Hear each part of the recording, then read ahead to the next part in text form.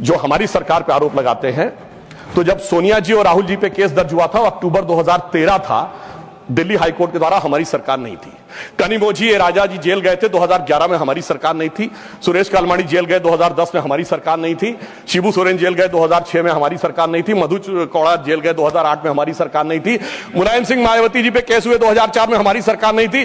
करुणानिधि जी jail गए 2000 में, Lalu Yadav ji jail गए 1997 में, झारखंड मुक्त मोर्चा रिश्वत काट 1994 में, और सर राजीव गांधी जी पे आरोप 87 में और FIR 1990 में।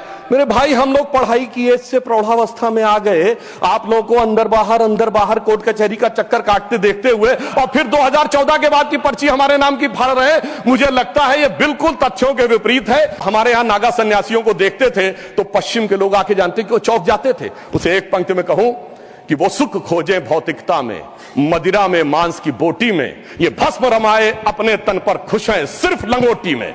दूसरे सदन के सदस्य ने यह शब्द बोला था कि भाजपा सिर्फ गोमूत्र वाले राज्यों में जीत सकती है। तो मैं उनको बताना चाहता हूं सर, जिनके की दिमाग में मैकाले और मार्क्स का वायरस भरा है, तो उन्हें बताना चाहता हूं कि गोमूत्र का anti bacterial, anti fungal, anti cancer के लिए मेडिसिनल पेटेंट है, और पेटेंट का नंबर है 64100059। तो मैं कहना चाहता हूं, कृपया जाके अपने मन से मैकाले और मार्क्स का मैल साफ करिए। सभापति महोदय, जब मैं उस दिन अपना वक्तव्य दे रहा था तो समाप्त होते समय माननीय गृह मंत्री जी ने आदेश दिया था कि जो संख्या मैंने अप्रॉक्सीमेट बताई थी उसको थोड़ा सुधार कर दे। तो आज मैं बताना चाहता हूं, पिछले लोकसभा में सबसे बड़ी जीत असम की धुबरी सीट पर 10,12,476 वोट से हुई थी, और जहां सबसे बड़ा डेमोग्राफिक चेंज हुआ है। परंतु इस सुधार के साथ मैं कुछ निखार या विकार भी बताना चाहता हूं। मैं बताना चाहता हूं, पिछला लोकसभा चुनाव एकमात्र चुनाव था भारत के इतिहास का जहां बांग्लादेश के अखबार में इनकी पार्टी के एक बड़े नेता ने, डेली स्टार अखबार का नाम है, जिसमें आर्टिकल लिखा जिसका नाम था मोदी हैज टू गो। मैं पूछना चाहता हूं कांग्रेस के नेताओं को, बांग्लादेश के अखबार में यह लिखने की आवश्यकता क्यों पड़ी, मोदी हैज टू गो, और इसका और जीत का क्या कनेक्शन है, यह मैं प्रबुद्ध सांसदों के विवेक के ऊपर छोड़ता हूं। और मैं दूसरी बात कहना चाहता हूं, यह चिंता सिर्फ हमारी नहीं थी। सभापति महोदय, मैं एक वाक्य कोट करना चाहता हूं, और वाक्य है, the infiltration has become a disaster now. I have both the Bangladeshi and Indian voter list. This is a very serious matter. I would like to know when it would be discussed in the House. Sir, आपको पता है किसने बोला था? ममता बनर्जी 4 अगस्त 2005 इसी भारत की संसद में बोला गया। अब बताइए, तब ये कहते थे और आज ये कर रहे हैं। इसे कहते हैं कि देख तेरे संसार की हालत क्या हो गई भगवान, कितना बदल गया इंसान।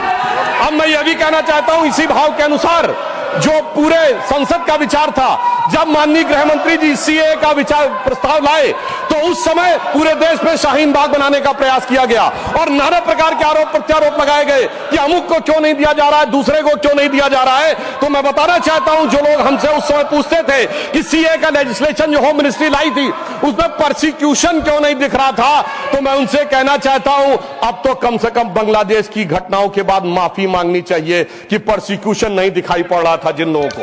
उनके लिए मैं अटल जी की कविता की वो पंक्ति कोट करना चाहता हूं कि जिनके लाशों पर पग धरकर आजादी भारत में आई, वो अब तक है खाना बदोश, गम की काली आंधी छाई। हिंदू के नाते उनका दुख कहने में तुम्हें लाज है आती, तो सीमा के उस पार चलो सभ्यता जहां कुचली जाती। मगर अफसोस की बात यह है सभापति जी, जब ये सीमा के पार जाते हैं तो क्राइम अगेंस्ट ह्यूमैनिटी शब्द गाजा के लिए लिखते हैं अपने ट्वीट में, बांग्लादेश के लिए नहीं लिखते हैं। उससे भी साफ समझ में आ जाता है कि सीमा के पार इनकी दृष्टि कहां और किस रूप में आती है। अब मैं ये भी बताना चाहता हूं, जो हमारे साथी ने कहा कि गृह मंत्रालय हस्तक्षेप कर रहा है किसी राज्य में, परंतु मैं बताना चाहता हूं, गृह मंत्रालय ने हस्तक्षेप नहीं किया, राज्यों ने हस्तक्षेप किया है। गृह मंत्रालय में नागरिकता को लेकर कानून बनाना केवल केंद्र सरकार का अधिकार है, और संबंधित मिनिस्ट्री है गृह मंत्रालय। और जब नागरिकता को लेकर CAA कानून बना तो एक नहीं अनेक राज्य विधानसभाओं ने उसके विरुद्ध प्रस्ताव पारित किया। तो अपने फैक्ट को चेक कर लें, यह गृह मंत्रालय में राज्यों का हस्तक्षेप था, विपक्षी राज्यों का, और इसी के साथ साथ संविधान के लिए भी बहुत बड़े खतरे की बात थी, क्योंकि केंद्र से पारित कानून के विरुद्ध कोई राज्य सरकार नहीं बोल सकती। हां, रही बात इसको जो इनके दिल में दर्द है कि एजेंसीज के कारण बहुत से नेता जेल में जा रहे हैं, तो मैं याद दिलाना चाहता हूं सभापति महोदय, जो हमारी सरकार पे आरोप लगाते हैं, तो जब सोनिया जी और राहुल जी पे केस दर्ज हुआ था, अक्टूबर 2013 था, दिल्ली हाईकोर्ट के द्वारा, हमारी सरकार नहीं थी। कनिमोझी राजा जी जेल गए थे 2011 में, हमारी सरकार नहीं थी। सुरेश कालमाड़ी जेल गए 2010 में, हमारी सरकार नहीं थी।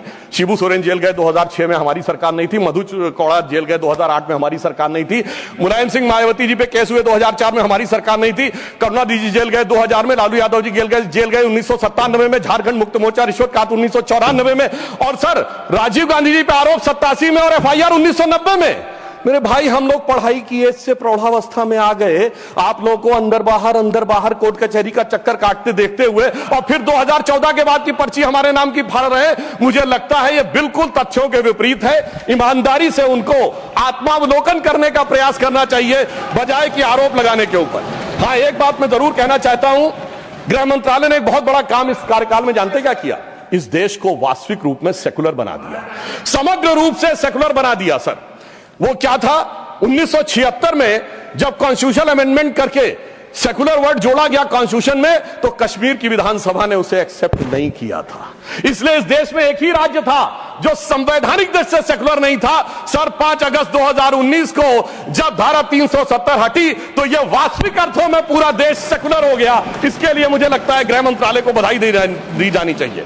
और एक और मैं बात कहना चाहता हूं सर, अभी विश्व का सबसे बड़ा आयोजन कुंभ मेला हुआ, इसके लिए उत्तर प्रदेश की सरकार की तो प्रशंसा की जा सकती है, इसमें कोई दो राय नहीं है, परंतु यह भी सत्य है सर, इतना बड़ा आयोजन हुआ और किसी प्रकार की कोई अप्रिय घटना, एक दुर्घटनावश होने वाली उस भगदड़ के अलावा, क्या कोई गोली चली, कोई पटाखा फूटा, कोई सुरक्षा को लेकर अटैक हुआ? यदि यह नहीं हुआ तो मैं मानता हूं इसके लिए सुरक्षा एजेंसियों की सतर्कता और उसके लिए गृह मंत्रालय की जो सजगता थी वो भी बधाई का पात्र है। और वैसे मैं एक शब्द और कहना चाहूंगा सर, जो कुछ कुंभ मेले में दिखाई पड़ा था उसको कम से कम मैं निगेटिव बात न कहकर एक पॉजिटिव बात कहना चाहूंगा। अनेक विदेश से लोग आए, 66 करोड़ लोग आए, लाखों लोग विदेश से आए, 73 देशों के राजनयिक आए, 100 से अधिक लोग आए, और वो आकर यहां देखकर क्या चौंक जाते थे सभापति महोदय। कोई कहता था दुनिया में सब कुछ पैसे के लिए होता है, मार्क्स, तो कोई कहता था सब फिजिकल प्लेजर के लिए होता है, फ्रायड, तो कोई कहता था नेम एंड फेम के लिए होता है। परंतु जब हमारे यहां नागा सन्यासियों को देखते थे तो पश्चिम के लोग आके जानते कि वो चौंक जाते थे। उसे एक पंक्ति में कहूं कि वो सुख खोजे भौतिकता में, मदिरा में, मांस की बोटी में, ये भस्म रमाए अपने तन पर खुश हैं सिर्फ लंगोटी में। और सभापति महोदय, मार्क्स भी फेल, मैक्स वेबर भी फेल, फ्रायड भी फेल। कम से कम ये प्रेरणा देनी चाहिए भारतीय संस्कृति के बारे में। और परंतु मैं क्या कहूं, दुनिया की सबसे बड़ी कंपनी स्टीव जॉब्स के, एप्पल के, मतलब सबसे एडवांस कंपनियों में से एक, उनकी पत्नी लॉरेन पावेल भी आई और नाम भी उन्होंने कमला देवी रखा। परंतु कुछ लोगों को उसके बाद भी उसमें स्नान करने में समस्या नजर आई। तो मैं ईमानदारी से और विनम्रता से कहना चाहता हूं, सभी धर्मों की भावना का सम्मान होना चाहिए। गंगा जल का सिर्फ सम्मान हमारे धर्म में नहीं है, काबा में भी एक आबे जमजम है और वहां के जल को भी वैसे ही पवित्र माना जाता है और माना जाता है कि उससे पाप कटते हैं। जब आप वेटिकन जाते हैं तो पोप भी आपके ऊपर जल छिड़कते हैं और कहते हैं this removes you from all the sin. मैं चुनौती से कहता हूं, इनमें से कोई किसी के बारे में बोल सकता है? सबका सम्मान करिए परंतु सनातन का अपमान मत करिए। मैं मानता हूं कि रेडिकेशन ऑफ सनातन धर्म आपका विचार है, परंतु उसे कम से कम अपने राजनीतिक वक्तव्यों में आप आने का प्रयास मत करिए। परंतु मैं एक बात और कहना चाहता हूं, अभी हमारे डीएमके के लोग डिलिमिटेशंस के बारे में बोल रहे थे, उनकी कंसर्न समझी जा सकती है, परंतु मैं सिर्फ एक बात कहूं सर, जनसंख्या का यदि उनको लगता है कि किसी जगह विचार बढ़ रहा है संख्या और किसी जगह नियंत्रित है, चूंकि उन्होंने नियंत्रित की है, तो सर ये सिर्फ ज्योग्राफी पर ही है कि सोसाइटी पर भी लागू होगा? अगर किसी समूह ने, धार्मिक समूह या मजहबी समूह की जनसंख्या बढ़ी है और दूसरे ने नियंत्रित किया है, सर वहां पर तो नहीं चर्चा होनी चाहिए, सिर्फ ज्योग्राफी पे होनी चाहिए, सोसाइटी पे नहीं होनी चाहिए। और मैं ईमानदारी से कहना चाहता हूं, यदि विचार जनसंख्या नियंत्रण का कानून लाने का समर्थन करिए, तो मुझे लगता है इस विषय के ऊपर ईमानदारी से काम करने का प्रयास करना चाहिए। अब मैं एक और बात कहना चाह रहा हूं सर, टैक्स कहना चाह रहा हूं कि राज्यों का समन्वय भी केंद्र सरकार के गृह मंत्रालय के अंडर में आता है, परंतु राज्यों का समन्वय का विषय दोनों तरफ से होता है। राज्यों के ऊपर भी दायित्व है समन्वय का और केंद्र के ऊपर भी दायित्व है।